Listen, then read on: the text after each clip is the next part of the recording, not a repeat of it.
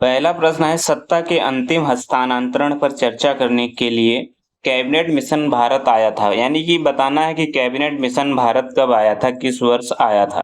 Option है 1946, 1945, 1943 या फिर 1942 में। तो दोस्तों जो कैबिनेट मिशन भारत आया था वो वर्ष 1946 में आया था और इसमें 3 सदस्यीय कैबिनेट मिशन भारत आया था।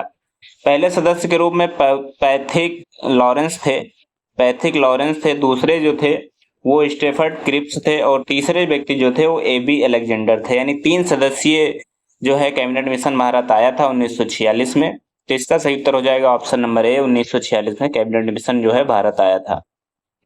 प्रश्न नंबर अगला है, बंगाल की दोहरे शासन व्यवस्था बंगाल की दोहरे शासन व्यवस्था की नीति किस गवर्नर जनरल के दिमाग की उपज थी। ऑप्शन हैं Lord Hasting, Lord Clive, Lord Lytton या फिर लॉर्ड डलहौजी।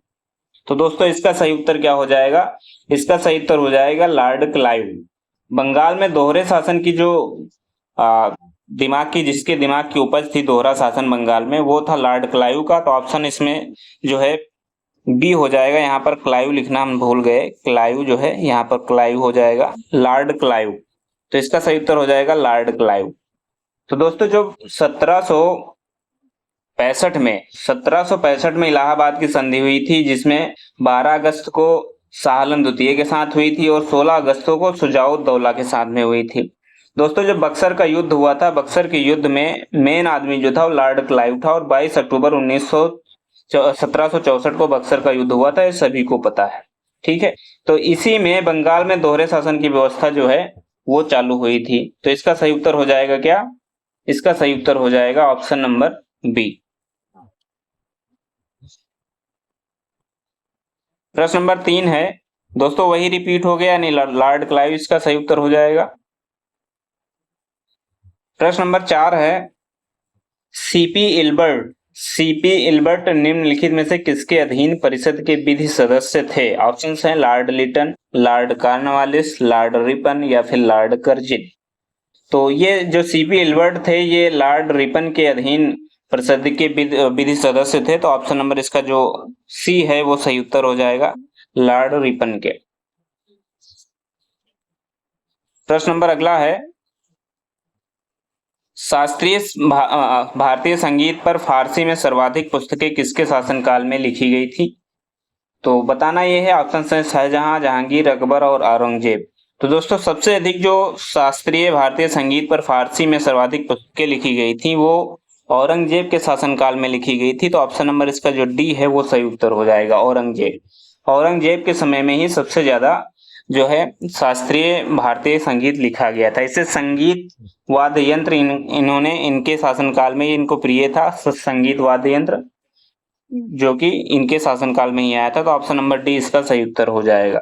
दोस्तों एक बाबर जो थे, बाबर की आत्मकथा का नाम आपको पता होगा, तुजुक बाबरी था, जिसे बाबरनामा भी कहते हैं। जहांगीर का तुजुक जहांगीरी इनकी जो आत्मकथा थी वो है, बाबर की तुजुक बाबरी यानी बाबरनामा था।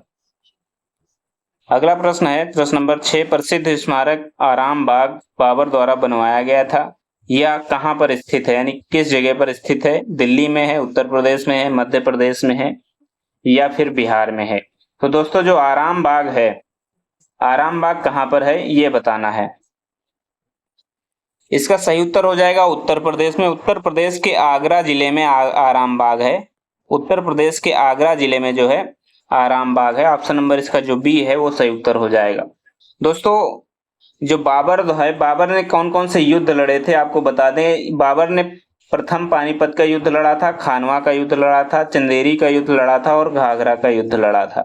4 युद्ध थे। प्रथम जो पानीपत का युद्ध हुआ था वो इब्राहिम के साथ हुआ था, बाबर जीते थे, इब्राहिम हार गए थे। खानवा का युद्ध भी खानवा का जो है राणा सांगा के साथ हुआ था, इसमें बाबर जीत गए थे, राणा सांगा हार गए थे। चंदेरी का मेदिनी राय से हुआ था और घाघरा का जो है अफगान शासकों से इसका युद्ध हुआ था।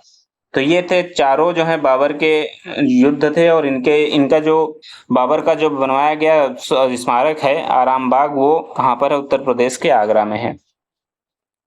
प्रश्न नंबर 6 है, बथुकम्मा महोत्सव का संबंध किस राज्य से है। बथुकम्मा महोत्सव का संबंध किस राज्य से है। ऑप्शंस हैं तेलंगाना, महाराष्ट्र, तमिलनाडु या उड़ीसा। तो दोस्तों इसका सही उत्तर क्या हो जाएगा?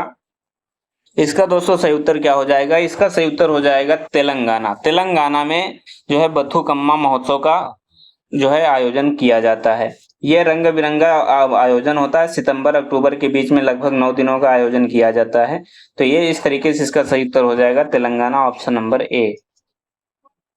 अगला प्रश्न है, अगला प्रश्न नंबर 8 है, मिन्हाज ए सिराज निम्नलिखित शासकों में से किसका इतिहास लिखा था? अकबर का, बाबर का, रजिया का या सुद्दीन तुगलक पुस्तक का? तो ये किसका इन्होंने जो है प्रसिद्ध जो लिखा था, ये बताना है।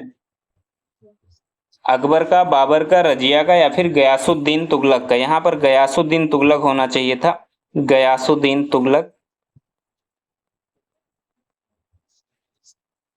तो ये किसका इन्होंने जो है इतिहास लिखा था, ये बताना है। मिन्हाज सिराज ने जो इतिहास लिखा था वो जो प्रथम महिला शासक थी रजिया सुल्तान, इनका इन्होंने जो है इतिहास लिखा था। ऑप्शन नंबर सी इसका सही उत्तर हो जाएगा। प्रश्न नंबर 9 देखते हैं। प्रश्न नंबर 9 क्या है, किस स्थल से स्थायी जीवन के प्राचीनतम प्रमाण मिले हैं? ऑप्शन है हनुमानगढ़, उदयपुर, चुरू या मेहरगढ़। तो दोस्तों जो मेहरगढ़ है वहां से जीवन के प्राचीनतम प्रमाण मिले थे। ऑप्शन नंबर डी इसका सही उत्तर हो जाएगा। मेहरगढ़ प्राचीनतम मानव बस्ती स्थायी आवास के जहाँ पर बहुत सारे जो है प्रमाण मिले थे। ये कहाँ पर है? ये पाकिस्तान में बलूचिस्तान जो हिस्सा है पाकिस्तान का, बलूचिस्तान में सोवन नदी के किनारे ये बसा हुआ मेहरगढ़ मिला था। तो इस तरीके से इसका सही उत्तर हो जाएगा ऑप्शन नंबर डी, मेहरगढ़। प्रश्न नंबर 10 है, निम्नलिखित में से किस शासक ने कलिंग की लड़ाई के बाद युद्ध करना छोड़ दिया था? ऑप्शन है अशोक ने, महिंद्रा ने, चंद्रगुप्त ने या फिर बिंदुसार ने? तो दोस्तों इसका उत्तर तो अधिकतर लोगों को पता होगा। इसका उत्तर जो है अधिकतर लोगों को पता होगा। अशोक ने, जब कलिंग का युद्ध हुआ था, कलिंग के युद्ध में इतने लोग मारे गए थे, सैनिक मारे गए थे अशोक की तरफ से, उनकी तरफ से, दूसरा जो विपक्षी था उनकी तरफ से। तो उनको खून और जो मारे हुए लोगों को देखकर उनका जो है मन एकदम से बदल गया और उन्होंने जो है बौद्ध धर्म यहाँ से अपना लिया था और युद्ध करना छोड़ दिया था। तो ऑप्शन ए इसका सही उत्तर हो जाएगा।